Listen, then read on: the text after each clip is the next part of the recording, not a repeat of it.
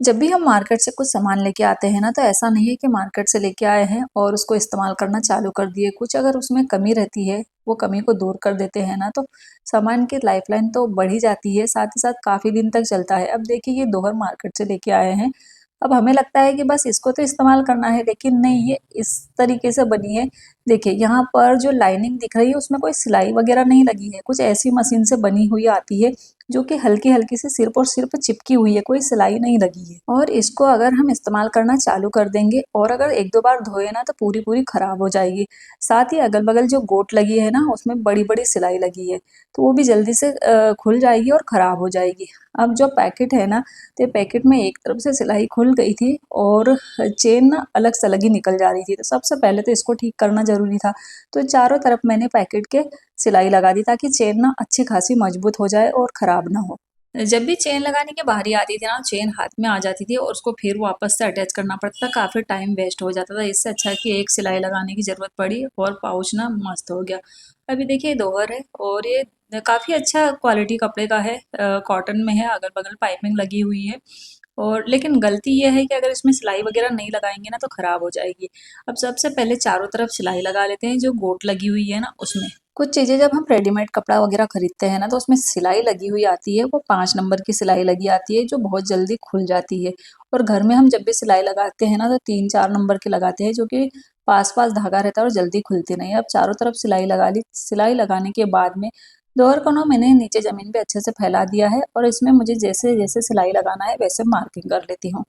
इसमें कोई भी डिज़ाइन वाली सिलाई नहीं लगाना है, जितनी चौड़ी है तो मैंने 5-5 इंच में मार्क की हूँ और ऐसे सीधे-सीधे सिलाई लगाऊँगी। चाहे तो चौकोन-चौकोन जैसे मशीन घुमाते जाते हैं ना, वैसे भी लगा सकते हैं। वो भी बढ़िया से लग जाएगी और इससे ना जो दोहर है ना, काफ़ी हद तक मजबूत हो जाएगी। और जो हम सिलाई लगा रहे हैं ना, इससे कुछ फ़र्क नहीं पड़ेगा, सिलाई बिल्कुल भी नहीं दिखती है, सिर्फ़ और सिर्फ़ मजबूती पकड़ेगी।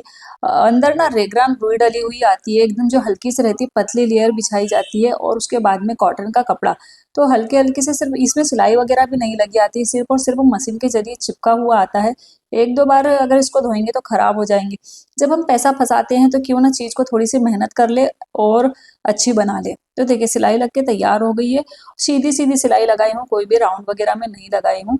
मैचिंग धागा है, सीधे के साइड तो बिल्कुल भी दिखाई नहीं दे रहा है कि सिलाई लगाए हैं। उल्टा साइड हल्का-हल्का सा दिख रहा है, क्योंकि उल्टे साइड में ना जो फ्लावर वगैरह है, थोड़े से कम है और प्लेन कपड़ा ज़्यादा लग रहा है, तो उल्टे साइड में थोड़ा-सा लग रहा है, बाकी सीधे साइड में तो बिल्कुल भी पता नहीं चल रहा है कि घर में हमने सिलाई लगाई है। तो जब भी दोहर वगैरह खरीदे ना, इस तरीके से सिलाई ज़रूर लगा लें, ताकि जो चीज़ 1-2 महीना ही चलना रहे, 2-4 महीने चलना रहे, वो साल 2 साल आराम से चल जाएगा और ये साल 2 साल नहीं, कई साल तक आराम से चल जाएगी, बिल्कुल भी खराब नहीं होगी। कुछ भी चीज़ें जब हम इस्तेमाल करते हैं तो काफ़ी बार धोते हैं और ये पतली सी दोहर रहती है। ऐसा तो है नहीं कि इसमें हम कवर चढ़ा सकते हैं, क बगैर कवर के ही इस्तेमाल करेंगे और धोना भी कई बार पड़ेगा। यार, मार्केट से हम कुछ भी कपड़ा खरीद लें, सही नाप से आता ही नहीं है। अब बेडशीट तो सही आ गई है, लेकिन कुशन कवर ना छोटे-बड़े ही आते हैं और अगर बड़े भी कवर आते हैं, तो कुछ इस तरीके से सिलाई लगी हुई आती है कि कुछ समझ में ही नहीं आता है, कवर लगाए या ना लगाए। अब देखिए, यहाँ पर कवर तो मैंने लगा दी हूँ, लेकिन एक तरफ से कुछ ऐसा दिखाई दे रहा है।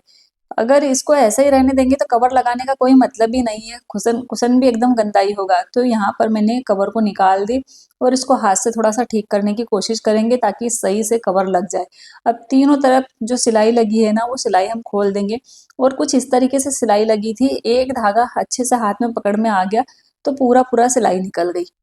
अब कुशन के नाप का सही मेजरमेंट लेना है। चौड़ाई में तो कपड़ा परफेक्ट है, लेकिन लंबाई में थोड़ा-सा बड़ा होना ही ज़रूरी है। अगर बड़ा नहीं रहेगा ना, तो गड़बड़ हो जाएगा, या तो फिर हमको अलग से कपड़ा जॉइंट करना पड़ेगा। अब यहाँ पर देखिए, एक साइड से मैंने 8-8, 10-10 इंच फ़ोल्ड कर दी हूँ। 8-10 नहीं, 7-8 इंच है, तो फ़ोल्ड कर दें। जितना भी एक्स्ट्रा कपड़ा है ना, अंदर फ़ोल्ड कर देंगे। जितना ज़्यादा कपड़ा फ़ोल्ड करेंगे, उतना सही रहेगा।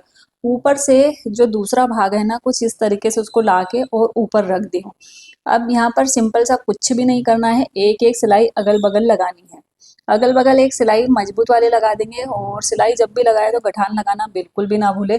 यहाँ पर भी और जहाँ तक हमने कपड़ा फ़ोल्ड किया है, वहाँ पर भी गठान लगाना ज़रूरी है। दोनों तरफ सिलाई लगा देंगे और हमारा मस्त वाला कुशन कवर बन के तैयार हो जाएगा। ये कुशन कवर क्या होता है ना कि सन में लगाना भी आसान होता है और साथ ही साथ निकाल के धोना भी आसान होता है और हमारा कुशन भी शेप रहता है। तो सबसे बेस्ट कुशन कवर अगर बनाना है ना तो यही स्टाइल में सही रहता है। तो देखिए यहाँ पर हम सीधा कर लेते हैं, उसके बाद में लगा देते हैं कुशन में। मेरे यहाँ पर सारे कुशन ना रेगरान रुई के मैंने घर पे ही बनाई हूँ। ये कुशन भी घर पे ही बनाई थी, रेगरान रुई लाके। सॉफ्ट रहता है और कभी जल्दी से खराब नहीं होता है। जैसे कि हम जो दूसरे सिंपल रुई का इस्तेमाल करते हैं ना, वो एकदम कपड़ा बैठ जाता है, रुई बैठ जाती है, अलग ही मोटा-मोटा सा लगता है। तो इस तरीके से अगर घर में कुशन भी बनाएँगे, कुशन कवर भी बनाएँगे ना तो बेस्ट रहेगा। जितनी भी बेडशीट के साथ कुशन कवर आता है, सारे कवर को मैं खोल के इसी तरीके से बना लेती हूँ ताकि हमारा कुशन ना सेफ रहे और मस्त रहे। तो देखिए इस तरीके से बनके तैयार हो गया है। अब जो रेडीमेड आती है, 2 का जोड़ा रहता है बेडशीट, उसको बीच में से कट करके और अगल-बगल ना फ़ोल्ड करना बहुत ज़रूरी है।